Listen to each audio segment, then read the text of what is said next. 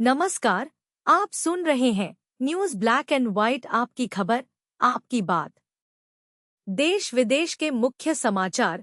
गुरु गोबिंद सिंह इंद्रप्रस्थ विश्वविद्यालय GGSIPU के 18वें दीक्षांत समारोह में दिल्ली की मुख्यमंत्री रेखा गुप्ता और उपराज्यपाल तरनजीत सिंह संधू उपस्थित रहे।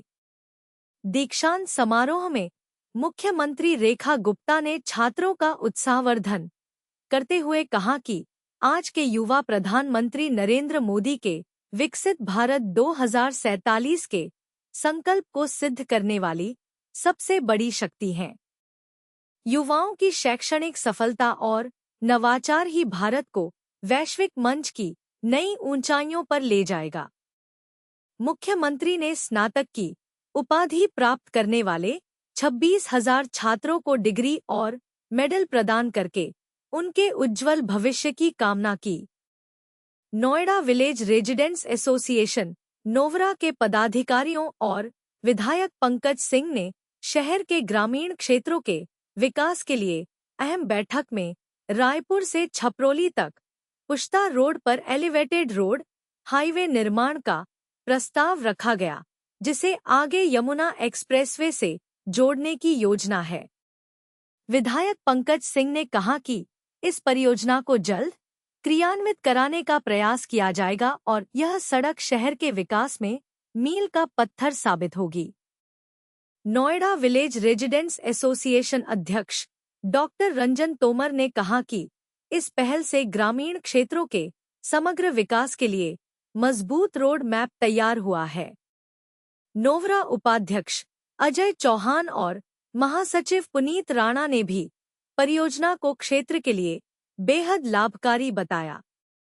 पेट्रोलियम एवं प्राकृतिक गैस मंत्रालय द्वारा जारी राजपत्र 24 मार्च 2026 तथा उत्तर प्रदेश शासन के निर्देशों के अनुपालन में मुजफ्फरनगर के जिलाधिकारी उमेश मिश्रा ने महत्वपूर्ण सूचना जारी करते हुए बताया कि इंद्रप्रस्थ गैस लिमिटेड IGL द्वारा तैयार गैस पाइपलाइन इंफ्रास्ट्रक्चर वाले क्षेत्रों में नोटिस जारी होने की तिथि से 3 महीने के अंदर सभी घरों को PNG कनेक्शन लेना अनिवार्य होगा।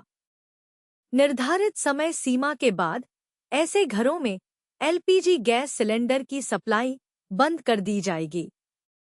जिलाधिकारी ने कहा, सुरक्षित, सस्ती और पर्यावरण के अनुकूल ऊर्जा को बढ़ावा देने तथा PNG के व्यापक उपयोग को सुनिश्चित करने के उद्देश्य से यह निर्णय लिया गया है।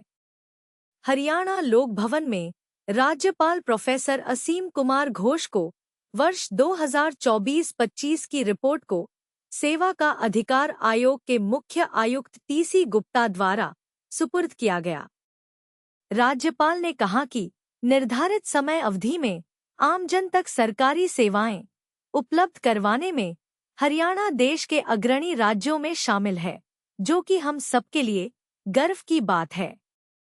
मुख्यमंत्री के मुख्य प्रधान सचिव राजेश खुल्लर ने कहा कि नागरिक सेवा ही सुशासन का मूल दर्शन है। ऑटो अपील सिस्टम आज सुशासन का प्रभावी मॉडल बनकर सामने आया है, जिसे आयोग ने हरियाणा में और अधिक सशक्त बनाया है।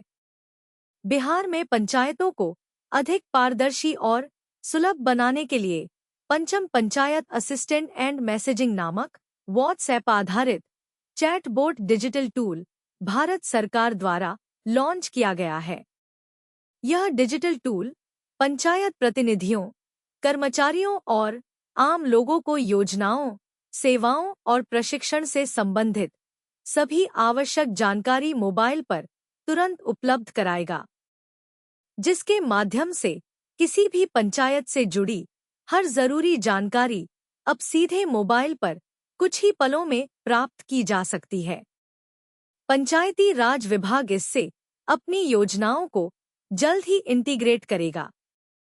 उत्तराखंड देहरादून में शिक्षा मंत्रालय के अंतर्गत राष्ट्रीय पुस्तक न्यास NBT भारत द्वारा आयोजित दून पुस्तक महोत्सव 2026 बौद्धिक चर्चाओं और सांस्कृतिक विमर्श के साथ साहित्य, सिनेमा, इतिहास, नेतृत्व और आधुनिक तकनीक जैसे विविध विषयों पर गहन संवाद का अवसर प्रदान कर रहा है। विविध दृष्टिकोणों को एक साथ समेटे यह पुस्तक महोत्सव हर पीढ़ी के लिए ज्ञान और प्रेरणा का एक सशक्त मार्गदर्शन साबित हो रहा है। असम, केरल और पुदुचेरी विधानसभा चुनाव के लिए गुरुवार को 3 राज्यों के कुल 5.31 करोड़ मतदाताओं ने नई सरकार के लिए सुबह से शाम 6 बजे तक मतदान किया। कुल 63,060 मतदान केंद्रों पर 1,899 उम्मीदवारों की किस्मत ईवीएम में कैद हो गई। नए सिरे से हुए परिसीमन और एसआईआर के बाद हो रहे इस चुनाव में मतदान का नया रिकॉर्ड बनने की उम्मीद दिखाई दे रही है। न्यूज़ ब्लैक एंड व्हाइट के साथ समय देने के लिए धन्यवाद। जय हिंद।